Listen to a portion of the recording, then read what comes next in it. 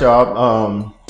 Season 3 of Bel-Air came back on earlier last month, well, mid month of August. I watched the first episode. I haven't been able to do a breakdown of each episode, but I did watch, like, I want to say 2 through 4. I want to say I'm on episode 5 now. I think it's like 8 videos, eight eight episodes out currently, but I just want to give y'all a quick breakdown on where we at as far as 2 through 4. Like I said, I don't want to. I'm not going to spoil anything above that. I'm pretty sure everybody else caught up. I'm just I haven't been able to catch up because my girl went on the trip, and that's one of our shows we watched together.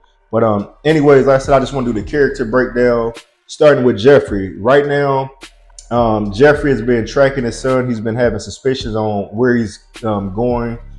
He's been paranoid because somebody's been tracking him, trying to track his every move and stuff like that.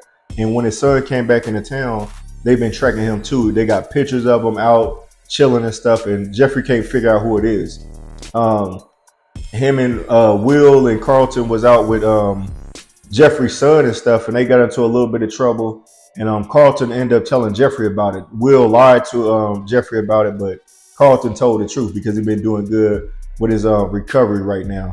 But the son is an asshole. They did a little street race out there, and he ran off with some people money and shit like that. Got away with that. And Jeffrey, like I said, he just been having suspicion. He's been he put a tracker out trying to figure out where the hell his son been going. And come to find out, he's been meeting up with his mom. So his mom is in town. Jeffrey hasn't seen her for I don't know how long. I can't remember how long he said. But he's just been trying to figure out like what the hell's been going on. Why you been meeting up with her? Why you didn't just tell me that's who you was meeting up with? Because you had me paranoid, thinking that like some snake shit been going on. Will ran and overheard. Will overheard Jeffrey's son talking on the phone, and it seemed like the angle that they was going was that, hey, this not his real son. He just trying to get him out some money, con him out some bread or whatever. Like on the actual TV show, if you ever watched the old Fresh Prince of Bel-Air, it was an episode where Jeffrey's son came into town, and he was like lovey-dovey with the boy. Come to find out, it really wasn't his son. He was just trying to get some money out of him. But on this show, he's actually his son, and he's trying to figure out, like, I don't know. He's just trying to see the life that he's been living since he wasn't present with him when he went away.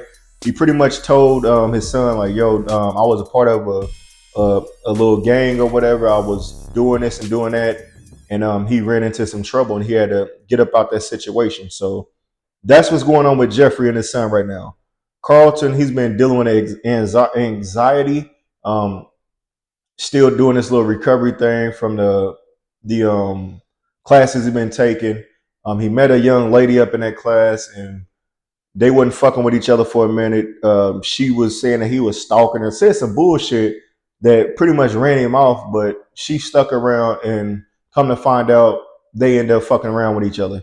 So she's starting to be a problem for it because she's a risk taker. She was giving my boy head while he driving, and then she sent him a picture saying that she want to go skydiving or some shit. Like, she's just doing a lot of shit that he wouldn't expect. He's not expected to be doing, but she just seemed like she's living on the wild side, and it can get Carlton a lot of shit, man, pretty much. So he's trying to deal with her because he really likes her, and he's trying to show that he likes her by doing whatever the hell she want to do. So I can see this being a bad situation for him unless he just snaps out of him like, look, you ain't no good for me. Let me move the fuck on from her. Who else? Next, Ashley. Lil Ashley has decided that she's been trying to find her niche, and she started pretty much trying to rap, and the rap was ass. If you ask me, not shitting on the music, but like I said, if you look at the show, she was a singer on there, and she was actually pretty good. But on here, she just young, trying to rap and shit like that. She got a little homie that she been kicking it with, a young girl she been kicking it with, and they've been butting heads. So that's what she going through with right now. Also, she's been having her issues with Hillary because she wants Hillary to be with Jazz, but she sees that Jazz is Hillary is actually getting married, got proposed to, and she's pretty much telling her older sister, like, I think that you don't really want to be with dude. You just doing it for social media and that he got money and stuff, but I think your heart is really with Jazz. So she's Ashley's growing up right in front of our eyes, just like on the show, getting older and seeing shit that you wouldn't expect a younger person to see coming up in that house. Hillary, like I said, she got feelings for Jazz. She's also engaged right now, so she's trying to focus on being engaged and leave Jazz alone. But they keep on ending up in the same rooms, having conversations. They share the kiss. Um, you could tell the feeling's still there. Anyways, Hillary boyfriend, she went out there. She was going. Her friend, I don't know what Karuchi's name is on the show, but her friend tried to tell like, look, you need to tell Buddy that you and Jazz shared a kiss, and she went out there to tell him at his practice. He's a top football player, and he ended up having like a heart attack or some shit. So he gets rushed to the hospital. So now her I think his name is Demarcus. Demarcus' dad is in the hospital and he's on the phone with the coach and is telling him like, look, hey, I understand you just had a heart attack and shit, but you like a top receiver that could go to the NFL. We need you back out on the field. So Buddy just said, fuck the healing process, the recovery process. I want to get back out there because I got to prove to them that I'm still a number one type of a player that could go in this draft. And now Hillary's touring like, look, if we gonna get married, I need you to be able to be there and able to walk around and like function. I can't risk you going back out here trying to play football. I understand you love the sport, but you haven't even had a day of recovery. Like the man can barely walk, so she's torn between that and going back and forth with Jazz. I actually Jazz pulled up to the hospital to I guess show some sympathy for her or whatever. So she pretty much torn between her fiance and Jazz. Who we got next? Will. Will pretty much he's no, I'll take that back. Jazz, like I said, he got feelings for Hillary. Popped up at the hospital trying to show sympathy to her, but he's also going through his own problems. Recently, he got the delinquent notice that he might be losing his shop. He got to come up with the bread. So Will and Carlton put a little event together.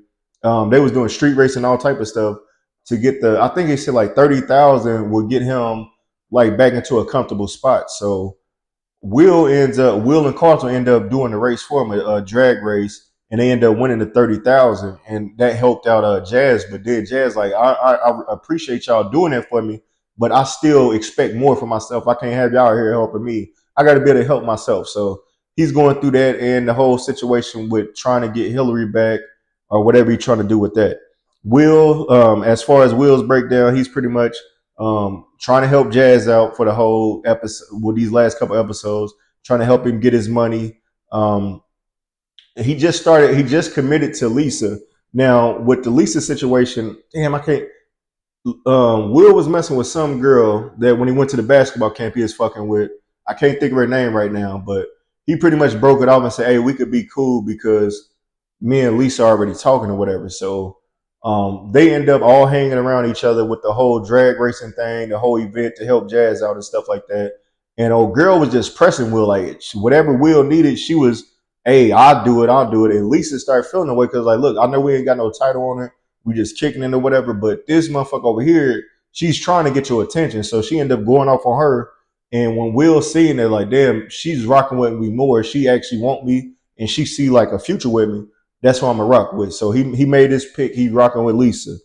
Um, yeah, pretty much put the other girl in the friend zone, but he's been able to manage to keep it cool because it was a situation where I think he said they, with their business, they ordered, I want to say 100. They were supposed to be ordering 100 shirts or something for their business that him and Carlton got going on, but it ended up being 1,000.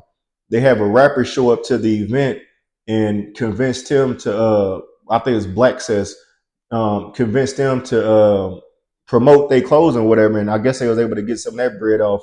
So I think with that money that him and Carlton making, I know he said he's going to donate to the company that he's working for, but I also think he's going to help out Jazz with that too.